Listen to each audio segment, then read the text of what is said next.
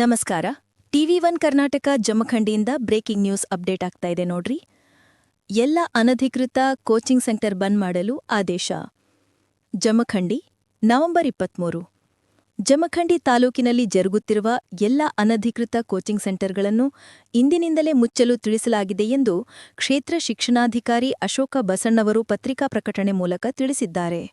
ಸ್ಥಳೀಯ excellent coaching centre ವಸತಿ ಶಾಲೆ 30 ವಿದ್ಯಾರ್ಥಿಗಳು ನವೆಂಬರ್ 13ರಂದು ರಾತ್ರಿ ಸಮಯದಲ್ಲಿ ದೋಷಪೂರಿತ ಆಹಾರ ಸೇವನೆಯಿಂದ ಅಸ್ವಸ್ಥರಾಗಿ ಖಾಸಗಿ ಆಸ್ಪತ್ರೆಗೆ ದಾಖಲಾಗಿ ಚೇತರಿಕೆ ಪಡೆದುಕೊಂಡು ಮನೆಗೆ ತೆರಳಿರುವ ಘಟನೆ ಹಿನ್ನೆಲೆಯಲ್ಲಿ ನವೆಂಬರ್ 22ರಂದು ನಗರದ ಅನಧಿಕೃತವಾಗಿ ನಡೆಯುತ್ತಿರುವ ಗೆ ಭೇಟಿ ನೀಡಿ ಪರಿಶೀಲನೆ ಮಾಡಿ ಅವರು ಎಕ್ಸಲೆಂಟ್ ಕೋಚಿಂಗ್ ಸೆಂಟರ್ ಮುಖ್ಯಸ್ಥ ರಮೇಶ್ ಕೋರಿಯನ್ನು ವಿಚಾರಿಸಿ ಕೋಚಿಂಗ್ ಸೆಂಟರ್ನಲ್ಲಿ 4 ಮತ್ತು 5ನೇ ತರಗತಿಯ ಸುಮಾರು 30 ಮಕ್ಕಳು ಅಧ್ಯಯನ ಮಾಡುತ್ತಿದ್ದರು ಎಂದು ತಿಳಿದು ಬಂದಿರುವ ಹಿನ್ನೆಲೆ ಕೋಚಿಂಗ್ ಸೆಂಟರ್ ಮುಚ್ಚಲು ಆದೇಶ ಹೊರಡಿಸಿದ್ದಾರೆ.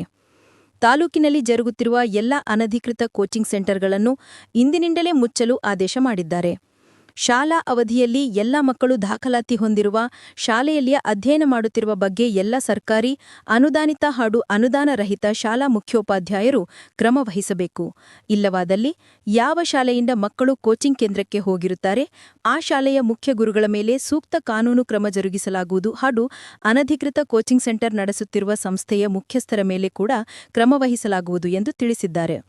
ಎಲ್ಲ ಪಾಲಕರು ಹಾಗೂ ಸಾರ್ವಜನಿಕರು ತಕ್ಷಣವೇ ಕೋಚಿಂಗ್ ಸೆಂಟರ್ನಲ್ಲಿರುವ ತಮ್ಮ ಮಕ್ಕಳನ್ನು ತಕ್ಷಣವೇ ಕರೆದುಕೊಂಡು ಅವರು ಅಧ್ಯಯನ ಮಾಡುತ್ತಿರುವ ಶಾಲೆಯಲ್ಲಿಯೇ ಅಧ್ಯಯನ ಮಾಡಿಸುವಂತೆ ನೋಡಿಕೊಳ್ಳುವುದು ಪಾಲಕರ ಜವಾಬ್ದಾರಿ.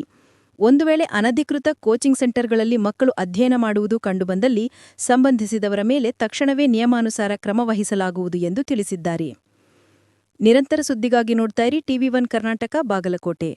ಉಪಸಂಪಾದಕರು ಸಂಜೀವ ದೊಡಮನಿ.